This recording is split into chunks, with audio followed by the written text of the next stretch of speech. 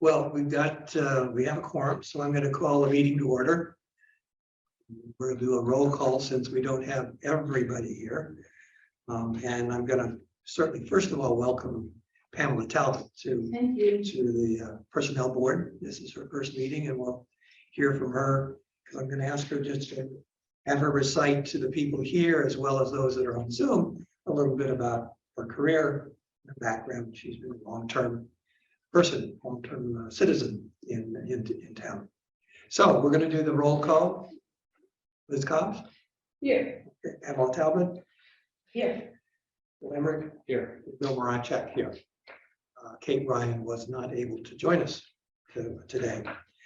So before we get to the approval of the minutes, Pamela, would you be kind to sort of talk a little bit about your background, your history, what perhaps interested you in becoming a member of the Personnel Board? That probably would be of interest as well. Okay, sure. I'll try to be brief since I've been on the planet for many decades. Been in Concord for 33 years.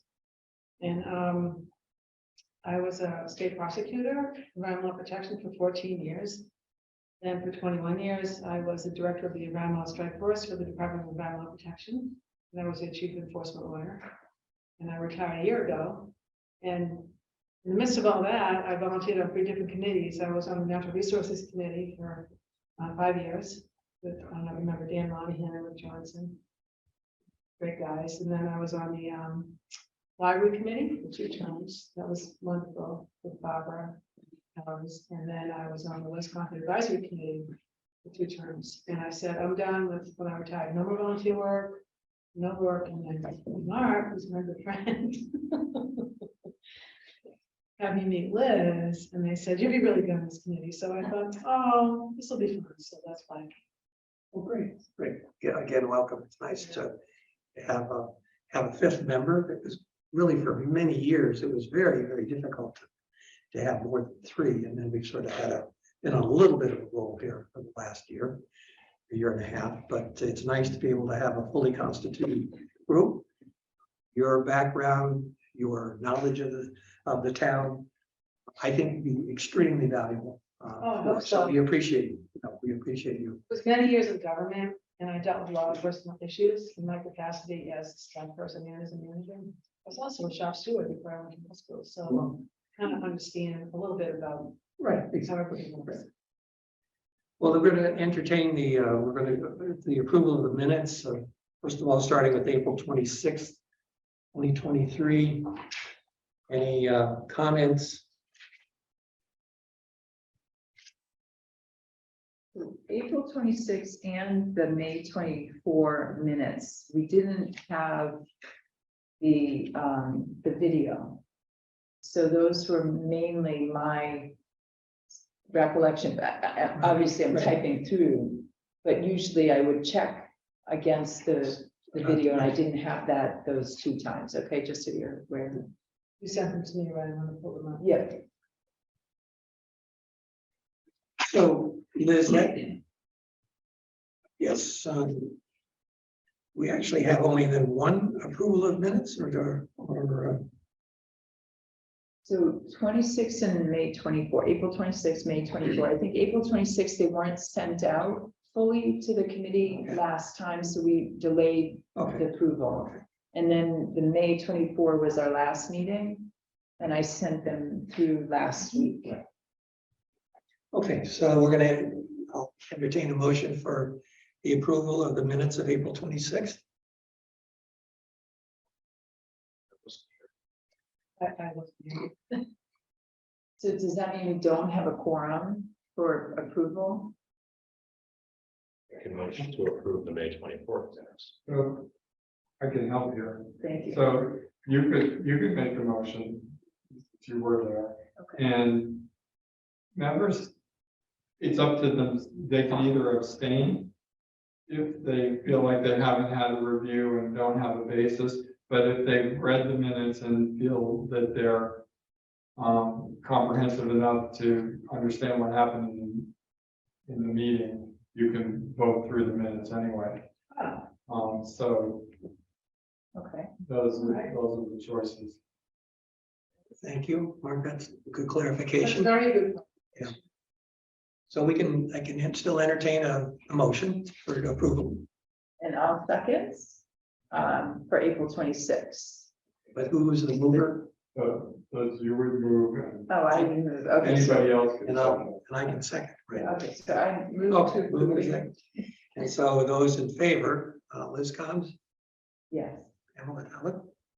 Oh, You know, as okay, Mark said. you can. Joe Emmerich, Yes. okay, and Bill Marachek, yes. Then we'll move to the minutes of Wednesday, May 24th, 2023. This was our last meeting. Yes, in the first meeting with Kimberly, so I don't know if you, Kimberly, also had anything you wanted to add to them? I did not. No? Okay, okay. So I'll make a move to approve the May 24th minutes. All right, thank you. Is there a second? Second. Okay, thank you, Emma. Those in favor, Liz Combs, I'm in favor. okay, Aye. Bill Emmerich, Aye. and Bill Marachek, yes. All right, thank you all. We're going to move on to the third agenda item, compensation and classification study implementation update. And this is where we get Kimberly to give us an update. We're very pleased with the progress that we're making. Of course, starting a little behind the 8 ball, coming in toward the end of this. It's been a lot of catch up work, but I'm pleased to share with you that I've been meeting with each of the S&T members and going through the list of all of their employees and the crosswalk, the grade that they're coming from and the grade that they're going to. We've had multiple meetings with the CFO and with the town manager to ensure that we're positioned well within the budget for what the implementation of the new pay plan would entail budgetarily. And we are nearing completion of all finalization of the crosswalk. In meeting with Carrie this week, we're talking about our final communication to employees.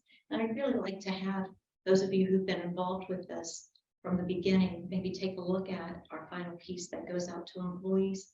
Since I'm new, I think it'd be good for continuity to make sure that we're kind of singing from the same choir book as we finalize things. And so I expect that to be ready in the next week, or so.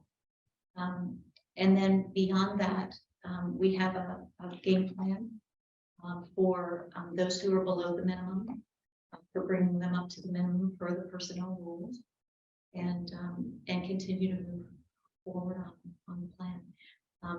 Our next item that I have before you tonight is the town manager's recommendation for the salary structure for the year. So, that's before you tonight for votes. Can I ask a question, please, just to catch up? What prompted this very comprehensive look at the salary schedules? Your peers here may know more than I know, but I will say, I don't believe there had been a pay study in a number of years, more than a decade. And typically, that's something that's done. Okay, that makes sense. Yeah. It's just for my own interest. I'm curious if, and it doesn't matter now because you're readjusting it, but if any pay discrepancies seem to fall along age or gender. Because I know that those are the two ways that employers get sued. Yeah, we continue to work on that as well. I do have some updates for you tonight, although they are not as comprehensive as I would like, but we are getting started on. And Joe, I know you had some interest in working with the HR interim as I come in to continue to work on this. But I can tell you, based on the work that we've done since we last met, that the group of employees that are covered by the study, so this is non-union employees, these are non-bargaining unit employees that are on the regular full-time and regular part-time pay schedules that are moving into the new compensation classification study. That group of employees is 60% male and 40% female. And there was a question raised in our last meeting about people that are below the minimum that have been, kind of far behind. We looked at the percentage and it's something like, and forgive me, I don't have it right in front of me, but it's like 57 and 43. Okay, So it's a 60-40 split. I was just curious. But it's great, I think it's great that the town is doing this. So, I just want to interject, and I will put this in our notes. Thank you very much. I've never heard 60-40. That's a lot of detail that we didn't have before. And that's very helpful to understand that that's the male-female split amongst the whole For this population. Now, it's Yeah. not the entire Right. population, it's only the population covered by the state plan. Yeah. Right, If we were to look at the whole population, the number could very well be different. yeah, that would be the union employees, It'd be right? everyone. Yeah, and this committee doesn't cover unions, Correct. right? So we Correct. cover only the non-union regular employees. And understanding that split, and then if I understood correctly, 57, 43 was the split in terms of where people fit in the ranges by gender, is that right? No, this is the people who are below the minimum. Below the minimum, okay, And the people who were below the minimum, I want to give you an exact number if we're gonna. So give me a moment to sure. look for that, but it's almost, it's follows right along the 60-40 line. It's just a few percentage points either way. Who deals with union issues, the town manager? It's an, you know, it might be an interesting discussion at some time. When we, you know, we've talked a lot about how the town employees being integrated with communication issues and so forth. And it's always in the context, obviously, of a non-union. But there are union employees, and we want them to feel as much a part of the town as the non-union. But our focus, based on the personnel bylaw, excludes them. Excludes them. So, you know, it's just something to keep in mind. We're not going to change the personnel bylaw to include them, but I think since we don't necessarily communicate with them, what we value their employment, we value the talents that they bring. And it's not clear to me how they get the feedback that Yeah. we're trying to strive with the non-union. A later topic, Good point. that might deserve some conversation. The communication aspect of the charge. Put that as some- You know, as you're thinking about your dashboard, not to get too far ahead, but as we're talking about the dashboard for the personnel board to see what's happening within the town, I think you'll want to consider I would want to consider producing information that's both pertinent to just the employees that you cover, but also a broader scope as well for the town. And it's obviously up to you. Well, that's a good point. But it's something to consider. Maybe talk to their representative, I'm sure they have one, and find out what, if anything, they would like. And actually through the select board, right, that might be something that, you know, because the charter, ultimately, the charter is the select board's mandate to us. And so if you wanted to add that in the charter, that the communication piece covered a broader scope, and we could have some tracking, it might have to go through select board to get that. Charge. Yes, yeah, the select board who mandates the charge that, yeah. A good, good thing to keep tabs on and to record in the minutes, so. We're not gonna have the time tonight to delve into those in any great depth. Kimberly, did you have any other data of it that you wanted to share? That's the data that I have for you Okay. tonight, Okay. with a weather eye toward more to come. Okay. At the last meeting, I just want to go through a couple points here.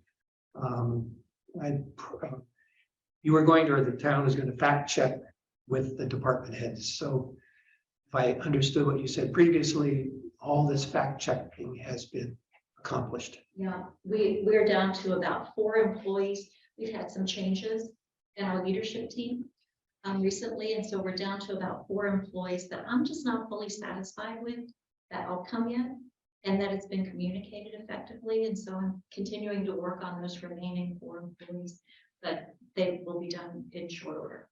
Could you elaborate what you mean by working on? there was an option for employees to ask for reconsideration. And we believe that everyone that asked for reconsideration was met with. It's unclear to me Reconsideration of their. of the grade that was Of the assigned. grade. Yes, so they were told what the answer was, and they had the option to kick the tires on and ask for some reconsideration. And all those meetings were held, and some of those employees received information back, but it wasn't clear from the records that everyone got a final answer.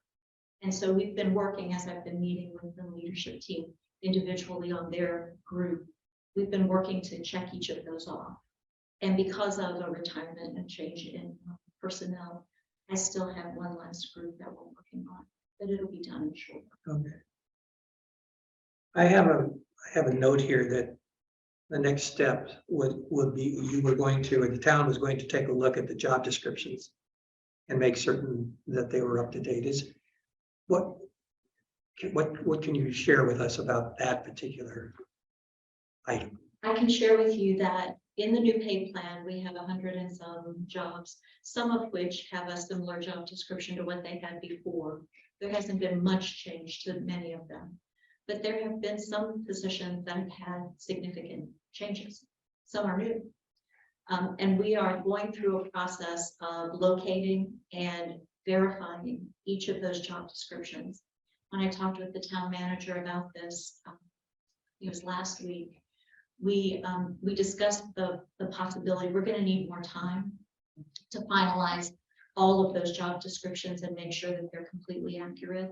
And I'd like to do that in a methodical way and make sure that we check them off as we go.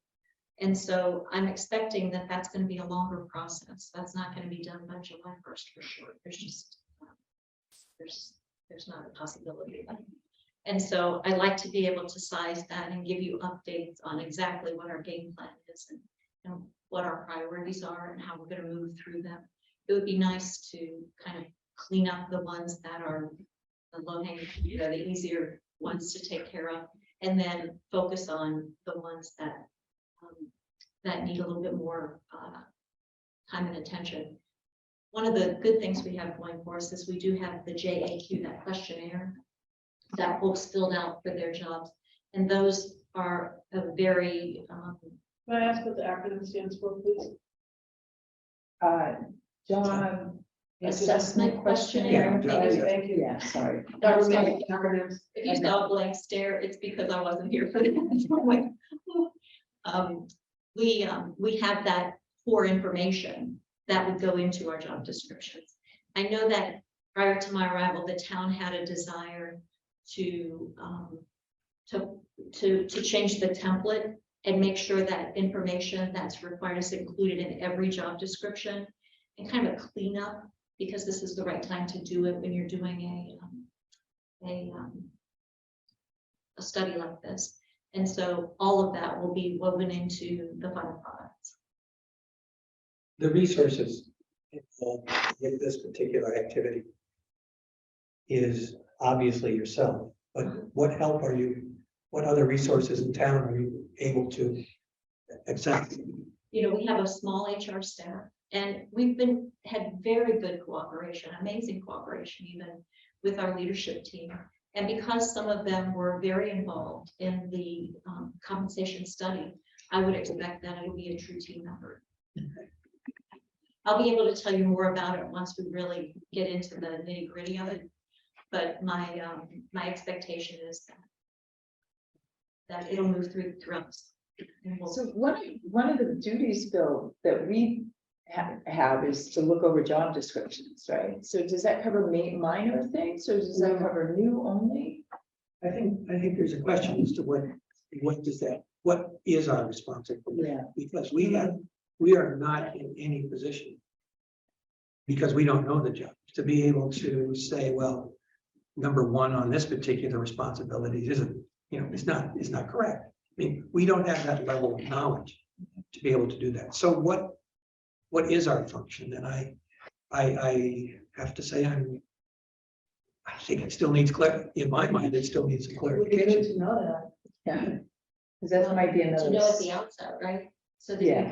we can all be compliant. Well, there may Right. be help here from the town manager.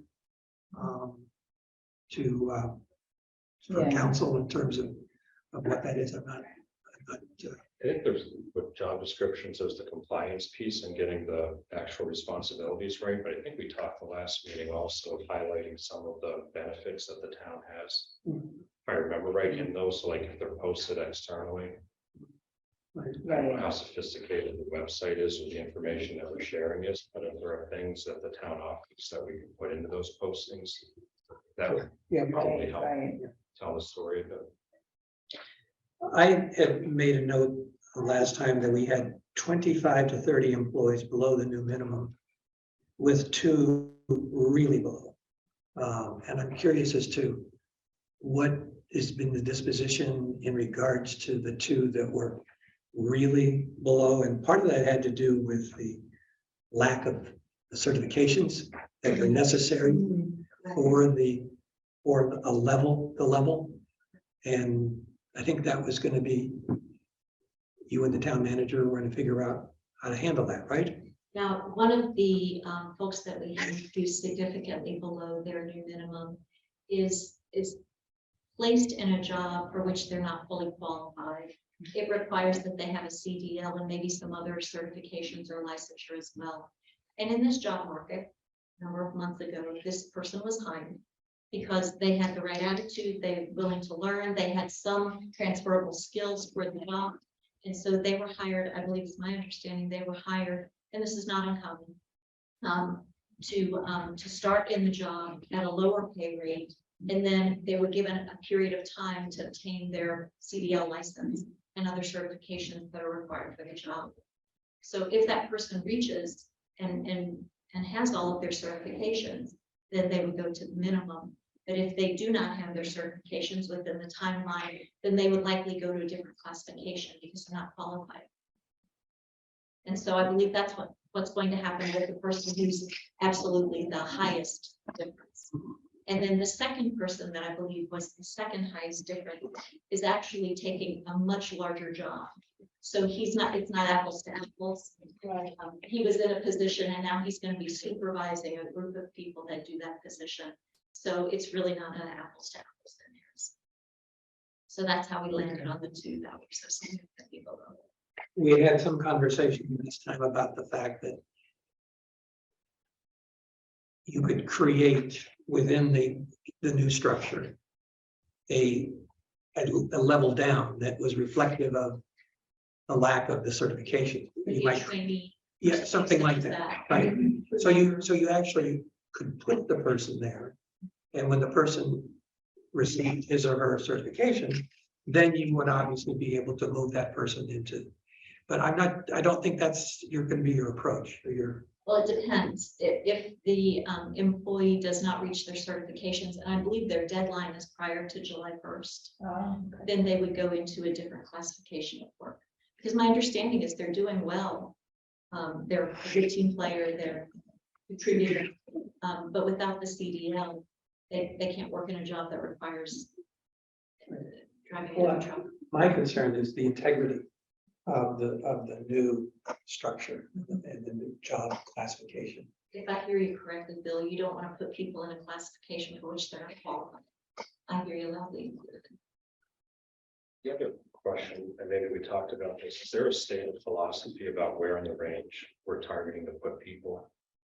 Meaning, like, is it assuming that people are fully competent and qualified, that the town's position is that they should be at or near the midpoint? Or is there a variance stated? You know, I've not heard that at or below the midpoint, but I would offer 2 things that I'm learning as I'm, getting more entrenched here. One is that our pay philosophy is that we would place people in the range based on their training, education, skills, and abilities. And a lot of that has to do with, the time that they've been doing similar type work. And also their certifications, their years of training and so forth. And so just having been here for the brief period of time I've been here and the small number of people that we've hired, we do use the range. So if someone's coming in with limited experience, they may start at the minimum. If someone's coming in with significant experience, they'll start much higher in the range. And then the second thing I would offer to you, and I'll ask you, Carrie, if you could make sure I'm saying this correctly, but when the town finalized the study and and you, those of you who were here may know this as well, will know this as well. When the study was finalized, a decision was made that we would place the minimum of each of these pay ranges, excuse me, at the 85th percentile. So looking at all of the 361, I think, comparators in Massachusetts that were used for the study, that you would begin your each pay range at the 85th percentile, which is incredibly generous and is a reflection, I think, of the pay philosophy that Concord has in wanting to attract the very best and retain the very best employees. And so you're kind of putting your money where your mouth is. Is that helpful, Joe? It helps a little bit, yeah. So it's years of experience basically is kind of defining where in the range. And how many? And then minimum, I'm trying to get like what's competitive externally too, so that the town is in a position to be able to hire people as needed. And it sounds like the minimum should be sufficient for most roles because that is benchmarked at the 85th percentile. So really people higher in the range should have a lot of experience. Right, because your ranges are fairly wide as well. You've got to. Because that's trying to get like, or how are we defining, this gets back to some of the equity questions we've had, and we haven't seen the data yet around age and gender more specifically. Or where are people actually paid in these ranges? Because they're wide. So that's, I know, work that we've been doing. I think it's important to have a something stated or on paper that has a philosophy behind where we pay people. And it sounds like it might be there, but we just don't have it down. And I just wanted to be clear, so the range set at 85th versus other towns means that before people are placed in it, the ranges are set here. So here's the ranges, and then we set our ranges, right? And then the questions that you're asking, Joe, are, okay, within those ranges, what's equitable? So this decision was already taken, right? So if we're attracting new people and we're saying, listen, we're paying really well, if you look at starting pay in other towns, that's the end of the 85th percentile range discussion, right? After that is, where do we fit within our ranges that are here versus others, but within you have to discuss then how do we pay within, and those questions are separate from. Yeah, they're two different things. Yeah, okay, I just wanted The to. first one, and I could be misreading, so I'm just trying clarification, not dispute or do anything about what work's been done. But the example I'm looking at, if you look at the first grade, where the minimum average rate is $25.50 an hour. If I understand the work that was done, if that's the 85th percentile, the average rate of pay in the market, if we were to go hire someone, is potentially 35% less than it. Meaning, the math is. Maybe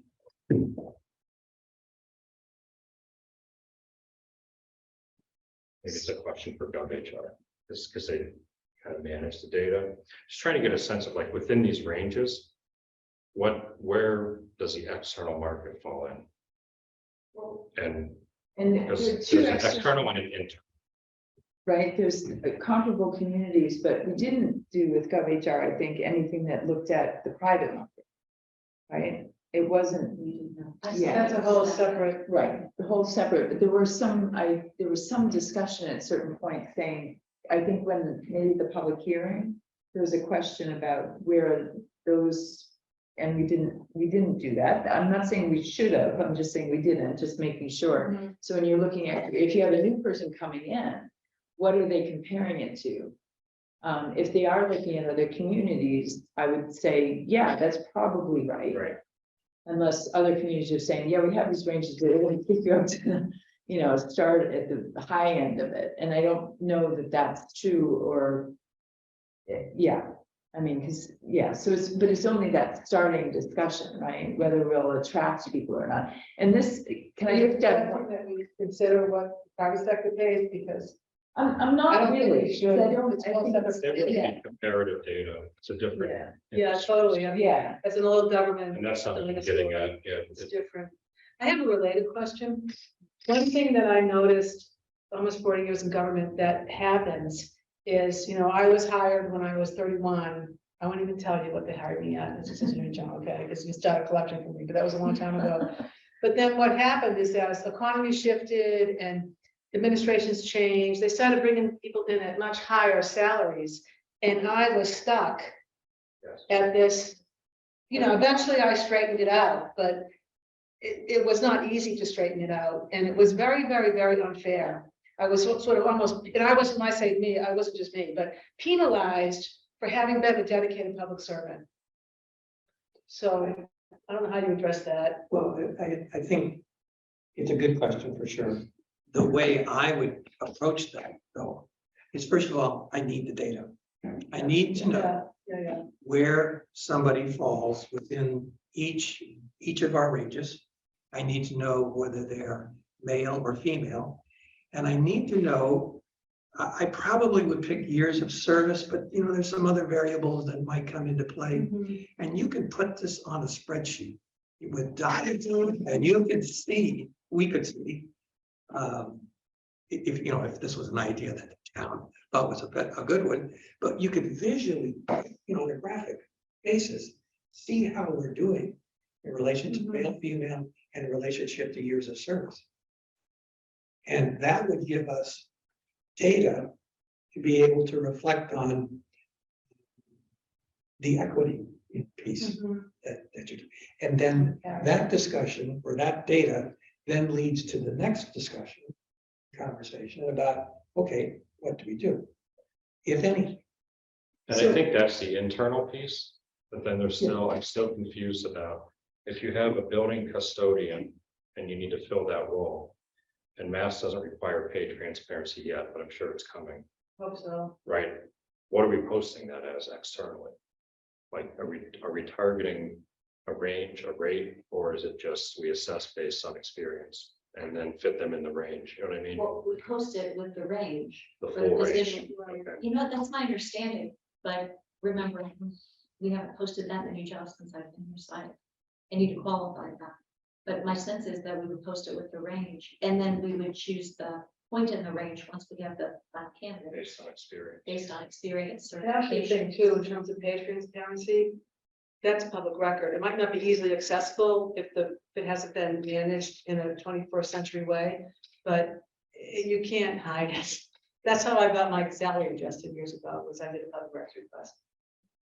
But from a practical basis, don't you think that if you're a candidate coming to a municipality or to a private company, you know how much you're making? So you have an expectation that you're not going to make less than what you're making. And in essence, you don't really care, you, the candidate, really don't care where you fit in the range. You care about what your offer is going to be. Then secondarily care about, well, how far can I go based on the range? But I think from a practical standpoint, people are starting with, what do they make now? And what is it going to take for them to make a change? Yeah, I would add one other thing too, that they would also care what the internal people that do the similar jobs to them make as well. Totally. That was Right, 'cause my, if I were to take a new job at a new company, even if it paid more than my current one, if I'm the lowest paid person in a comparable position, I wouldn't feel good about that. Unless it was justified through experience or something. Of Exactly. See, that's, yeah. So I think it's a rather complicated conversation, discussion. And I'd say, But I do think that posting with the ranges is a reasonable approach, right? Because people yeah. can say, okay, I can grow within, Mhm. and I understand that my experience, et cetera, where it would put me in a certain situation, and that would be a reasonable. And they could, now there's so much information too available, so they can look at other towns and see what would be the range. Sure. Because I would assume that most places are advertising in the same way with ranges, not with a specific amount. That's usually how Government. it works. Yeah. Government, that's what, but the Yeah. range is crazy. from, 35 to 150. But Yeah. our ranges are very wide. Yeah, so that's, I think to Liz's point, you think, oh, good, I can grow. It's also, there's also the mentality of, well, if I see the range, why am I not at the high end? And some people don't always understand that. Right. So You there's have to get to- it's different psyche with Yeah. people.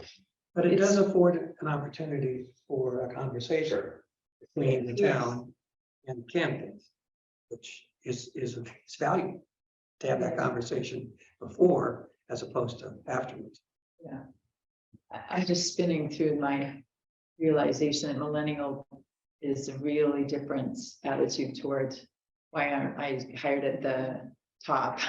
Where's my sushi bar? Yeah, yeah, there's Do I have a to go to the difference. office? Left work. Yeah, So I'm going to keep on my list here just so that we can, and the last point that I had made here was a comment that we haven't yet agreed whether there was enough money for a merit-based increase. So I'm just curious what the conclusion is with regard to that topic. That's the item that's before you tonight for approval. That covers the salary plan for the year, which is a 3% across the board increase. And of course, the ranges take into account, the new ranges in the new plan take into account 3% increase in the ranges as well. And a 1% increase to be used so that each employee who's in good standing receives 3% plus 1 additional percent to move them through the pay plan. Recognizing that some of your departments here have been doing an effective job of evaluations for their employees and can use those for evaluating on a merit scale. Like outstanding gets more than, excellent gets more than meets. But some of our departments, because of the pandemic, maybe that has certainly factored into it, have not been doing evaluations or have not been doing them as effectively. And so the very worst thing I think we could possibly do is put in a merit system that's based on something that people don't believe in. And so I think the recommendation this year is for the 1% across the board to everyone so that we get the 3+1. And then this year we work on an effective evaluation system that can have input from employees and buy-in from employees so that when we come to you with a merit-based plan, should we come with one that we're armed with a practical application that employees will believe in. Yeah, the evaluations are loaded. That's such a loaded issue with employees. Do you ever give bonuses here? Like sometimes at the end of the year, if I'm just curious if there's extra money in the budget, in recognition of, doing blah, blah, blah, blah, blah, $500 checks go to. I'm just I curious. don't know the answer. Yeah, not yet. That is something that the select board actually mentioned that they would like to see. I think that you probably know, not really used in public sector. Actually, I got Yeah. $1,000 once. Okay, good. And I still remember it. It was Yeah. like 15 years ago. It really made me feel good. Yeah, so we are interested in including that type of component in a performance system. And Bill, to answer your question, yes, we have confirmed that we do have funding within the budget for the additional 1%. Did you carry with it, Tommy? Yes. Sorry. I was, no, I was just gonna say I was with our DEI consultant, so I apologize for coming in late. The only other point that I wanted to just, I guess, make is, I know when I was in the private industry, we would have a merit pool. And that merit pool again was distributed based on performance or based on achievement. Full of money. There was a pool of money available for the, in this case, the CEO or management team to be able to say, okay, we're not going to give everybody 1%. We may give somebody more than 1%. I mean, so I'm just suggesting there is a variance to how one could administer this pool, this 1%. In this case, everyone is going to get 1%. Yeah, and I do think like what you just described sounds very familiar from my experience too. And it really was very rigorous, that there was agreement that when the discretionary part was put in play, that it was based on a logical system. And that's what we don't have yet across the board. And I agree, I think even, you know, getting the buy-in and so forth is so crucial to making sure that people don't feel, oh, geez, that wasn't fair, instead of, wow, 15 years later, I remember I was recognized, you know? Mhm. So I agree with you, Bill, and I also think this was a smart way to go, just Yes. +1 for everyone I think so too. for I now. just want to point out, Yeah, it's, and in the record, that yeah, there is a variation. No, can I just tell you what doesn't work? And I don't know that you're thinking of doing this, but in government, at least in my agency, for employees, and there were at one point 1,200 of us, you could get meets, exceeds, then there was something below meets, needs work, but it wasn't called that. So needs work, needs exceeds. But, you know, I had a fantastic staff, but I couldn't give everyone an exceeds. If there was no money attached to it, these guys happened to be in the union, but I thought it was completely ridiculous.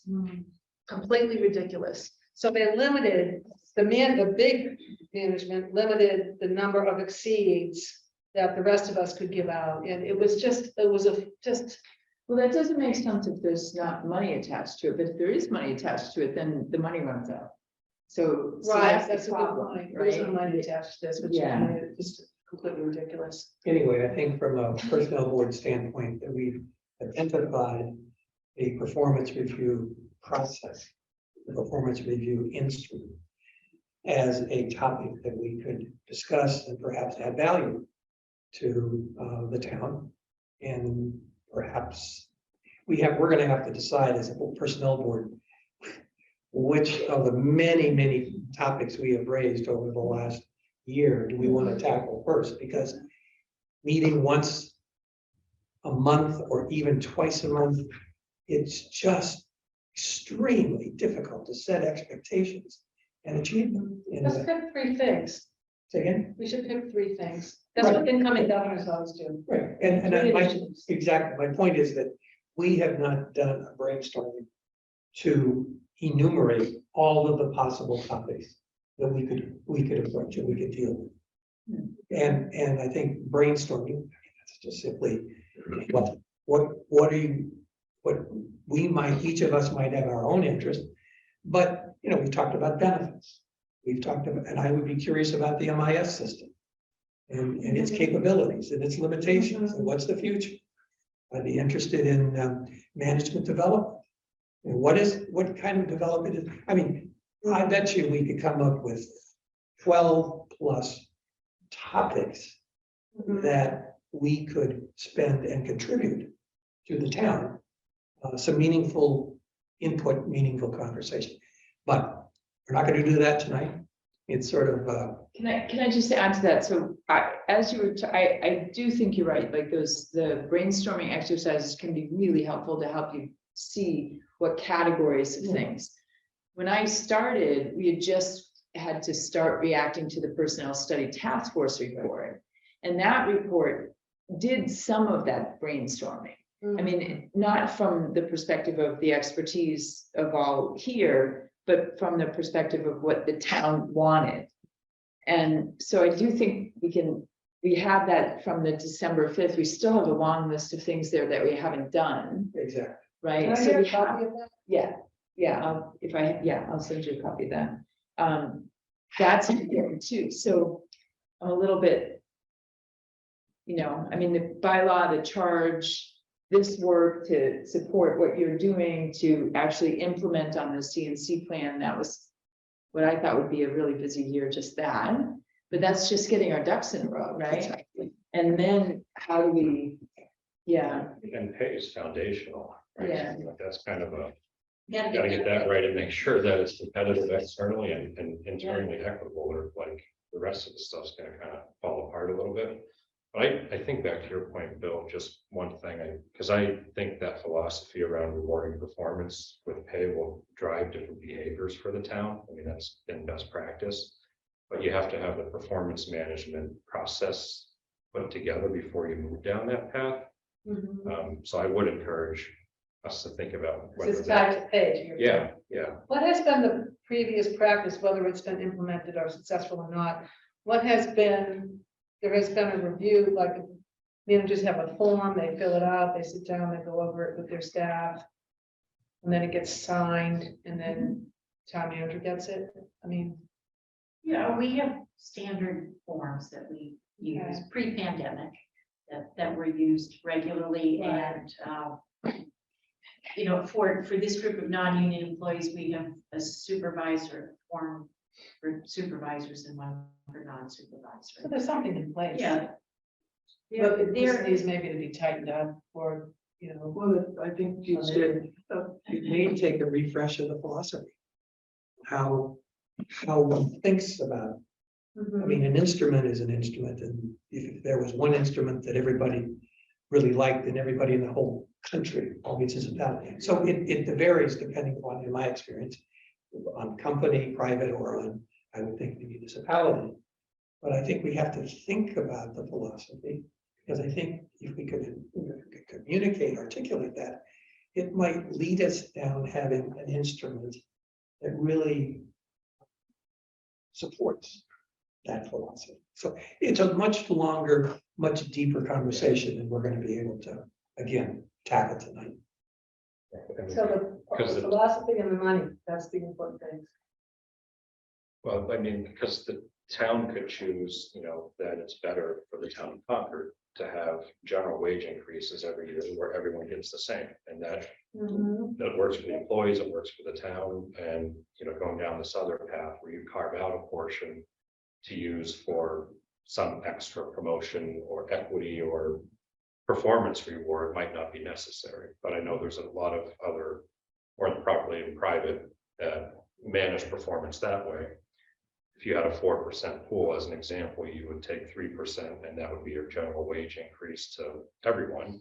And then you'd have the extra 1% to use if you have other people that warrant it, that you want to promote. It gives you funding to reward and recognize people differently. So I'm going to solve it tonight with different ways to manage it, I think, to think about. And I think, And I don't know what works best for the town. I'm just throwing out ideas and possibilities. Well, like a hybrid, the smaller amount across the board and then additional.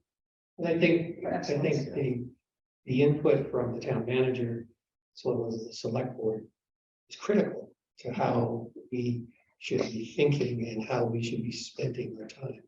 Because if we don't have, I think, the support or the encouragement, then we're wasting our time, which is fine. I mean, we don't, but we have other things we could spend our time on. But anyway, let's move on to, I think we then at a point of, unless there's other comments or questions. Okay. Just to get in the records, it just struck me that my underlying assumption had been that pay for performance was a bonus, not a pay increase in perpetuity. And I think you're assuming that there, when you just described it, it hit me, oh, okay, you're saying that 3%, say there's a standard 3% across the board, and then for high performers, you have a 1% increase, but you're saying salary increase of a plus 1% or 2%, not a bonus. So say you have $4,000. I'm trying to do math in my head. I'm not good at math. I'm in HR. So 4,000, and you're, you know, this math isn't going to be right. $4. That's right.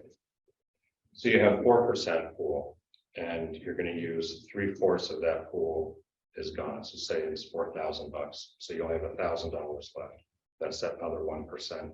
That $1,000 you would then have to freely allocate to the most deserving people from a performance perspective, or if you needed to move someone up in the range significantly or promote people, it gives you extra funding. The amount of that depends on what the total 4% pool is for the town, which I don't know what the total dollars are. Does that make sense? Yeah, no, It's I more of guess- an it's carving out money so that the town has money to use towards extra, Extra pay. above and beyond general wage increase. If they choose it, that's important.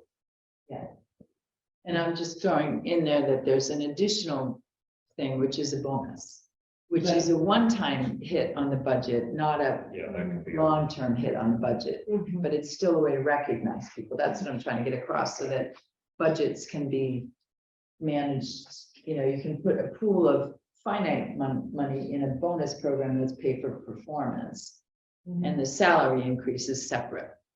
The bonus Just money would- another thing to Yeah. put on our list of conversations, So in right? the future year, let's say you only had 3%, the town could only afford a 3%. Well, you might do a general wage increase of 2.5% to everyone. And you would have 0.5% and then Mhm. equate that to a dollar value and use that for others, so. Mhm. And it would be interesting to know what other municipalities do. And that would come through maybe some benchmark data or for something like Joe Ellen at GovHR, who has obviously a wide breadth of knowledge of what other municipalities are doing. Is Joe in person or is that a software person? She's a person. She reads garbage. Okay, great. So there is, so she actually has an overview of what other Other municipalities towns. do. Oh, that's huge. I mean, yes, it is huge. How we get that is another question. But, We could just ask her. well, I'm not sure. She has so much data from this I'm not state sure. and other states that it's another whole piece of work for her. It's a whole piece of work. Is there any, Carrie, question for you. Does the town have any interns that are like, would like to go mine data and come up with little reports? We don't have any interns in the HR department right now. We do have some. We'd like to increase our intern pool. I mean, there are only so many places you can intern in the public sector, and Concord should be one of those places where we are a fairly large organization, but we don't have anybody immediately, but. Maybe in the actually, future, that would be a do good you have interest. somebody who's- We have 2 interns I know that are within the town. I don't have anyone in HR that's. Maybe in the future, we could get someone who could dive into Joe Ellen's data and come up with. You know, we, like anything else, we need a plan. What we want, what we need, what resources are required. So these are all future conversations that we're going to have. We do have an analyst within the HR department. I should have mentioned. Yeah. We do have something else. One way you can get around paying Joe Ellen is just do a friendly public records request to adjacent municipalities that ask for very finite pieces of information, not a blizzard. And then you can get a little bit. Well, there is a human resources organization for municipalities. Can't remember what that's called. But they're in downtown Boston, I think, but they have a website. Yeah, that is your quick go-to. Okay, that's good. And you're not necessarily, I don't know what depth of information is available, but you're gonna have certainly anecdotal information. And then that you can sometimes lead you on to what one does to make a phone call to be able to further delve into this. I think there are resources, and the question is out there, but how we spend our time. Yeah. And how does Kimberly spend her time? So it's a big topic. So I think we can go on with, can't we have the motion to approve the salary increase plan, which has been presented to us tonight in the package and reviewed here and approved by the town manager. Can I ask a clarifying question on what we're voting on? As I thought I heard we're giving everyone 4%. Yes, you're giving it 3% across the board, and then you're moving everyone on a wage progression. An additional 1% of the pay range. This is exactly what was approved last year. Is the in training period, is that restrictive at all? So I'm just looking at the document that we have. So it says employees who have passed their in-training period and whose pay has not yet met the maximum of their range will get 1%. Right, what happens currently and what we're proposing for the upcoming year as well is that while you're in your probationary or in training period, you don't receive the additional 1% until you complete your training period. And we're today giving people 1% as soon as they complete their. Is that satisfying? Okay, all right, so I think we're back. Just another clarification question. In with those caveats, are there several people? Do you know how many people then would not receive that 1%? Are there many? I mean, it's new ranges, so you don't have that many people at the height of the range. Right? That would then be at the height of range and can't. We don't have anyone who is going to be at the max of the range after the 3%. Is that Yeah. answer your question? Yep, has not yet met the maximum. That's no one. So there's not a small group of people who are going to be surprised or say, what about us or anything like that. That's my understanding. We do have some people who are gonna be very close to the top.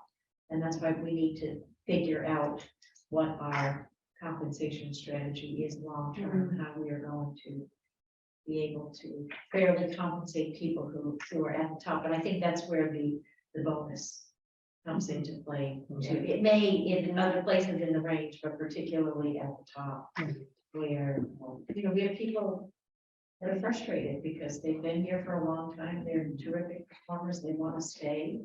And we want to be compensated in the same way we're compensating somebody who's just walking through the door and we don't have the experience.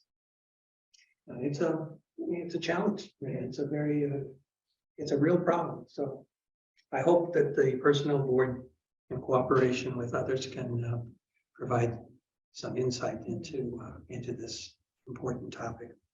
So we're ready to have a motion to. So one last question. So is there anyone in the town that is not going to receive 4%? That's about that answer. With certainty, so I don't want to guess. Before you move, I just realized something that I never got sworn in because I got COVID. Oh, And I'm very sorry. It just hit me. I just realized, oh my God, I never did that little important thing.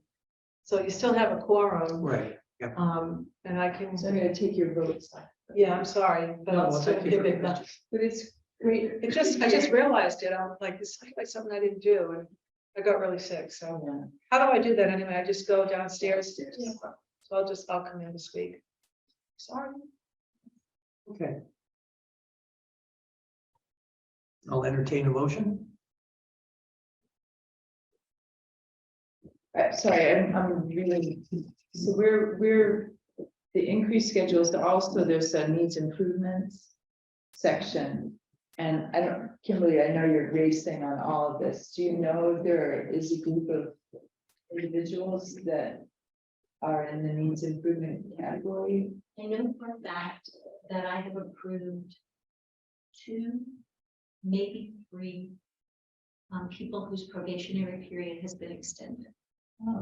Okay, and so they're working hard to become fully competent, and we don't want to, we don't want to exit them from the organization. We want to give them more time to develop and meet expectations. And so there's a very small number. Okay. And I think that would fall into the category. Yeah. People on work plans when they're. Yes. Exactly what needs to happen. That's great. Okay, any other questions? Yes. So I'm gonna look to Liz and Joe to. So is there, so it seems like there is a performance management process or something in place Yeah. that we talked, it's just. It's, we haven't really covered that as a topic on personnel. Scope or not.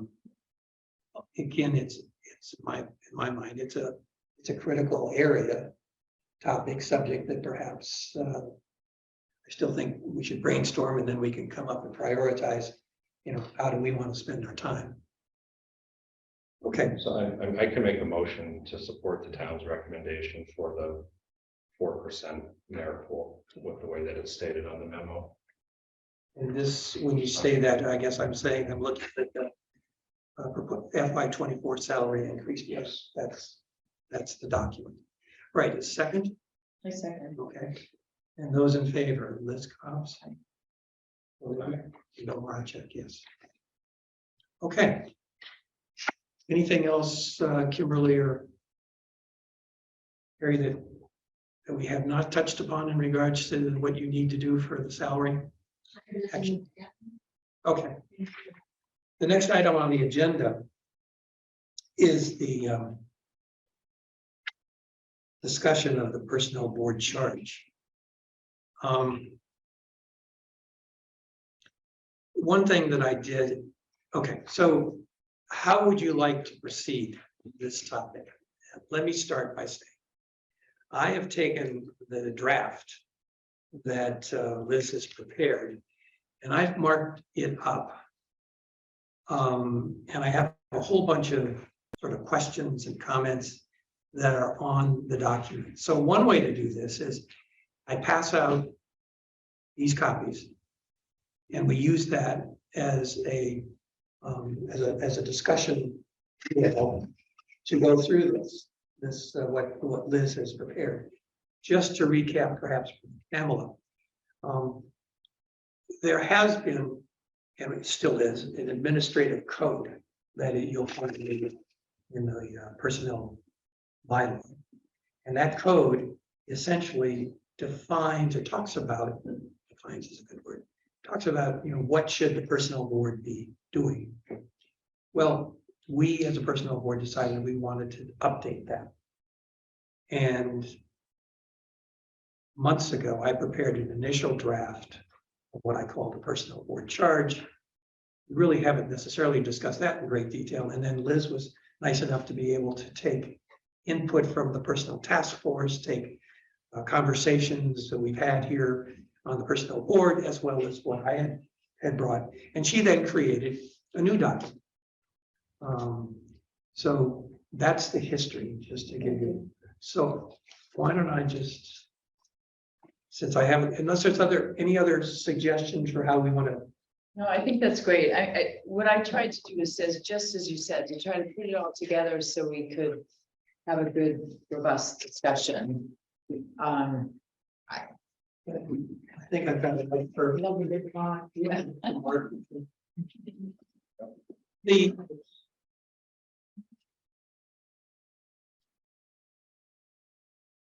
So I did this afternoon. So obviously there's nothing that's been on the website, on the book materials. I'm not sure how we will eventually get this, I'm sure, onto our website. Not sure exactly how we do that, but I think I want to just start off by saying